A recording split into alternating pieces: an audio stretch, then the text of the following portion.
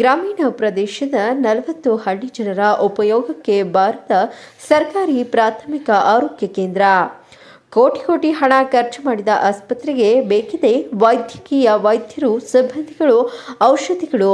ಸಕಾಲಕ್ಕೆ ವೈದ್ಯಕೀಯ ಚಿಕಿತ್ಸೆ ಸಿಗದೆ ಹಳ್ಳಿಯ ಜನರ ಪರದಾಟ. ನೆಲಮಂಗಲ ಹಾಗೂ ಮಾಗಡಿ ತಾಲೂಕಿನ ಜನಪ್ರತಿನಿಧಿಗಳ ನಿರ್ಲಕ್ಷ್ಯಕ್ಕೆ ಕಾರಣವಾಯಿತು ಪ್ರಾಥಮಿಕ ಆರೋಗ್ಯ ಆಸ್ಪತ್ರೆ. ಸೂಕ್ತ ಸಮಯಕ್ಕೆ ಔಷಧೀಯ ಉಪಕರಣಗಳು ಸಿಗದೆ ಹಳ್ಳಿಯ ಜನರ ಪರದಾಟ. ಮೋಟಗಾನಹಳ್ಳಿ ಪ್ರಾಥಮಿಕ ಆರೋಗ್ಯ ಆಸ್ಪತ್ರೆ ಅತಂತ್ರ ಪರಿಸ್ಥಿತಿ. ಮಾಗಡಿ ತಾಲೂಕಿನ ವ್ಯಾಪ್ತಿಯ ನೆಲಮಂಗಲ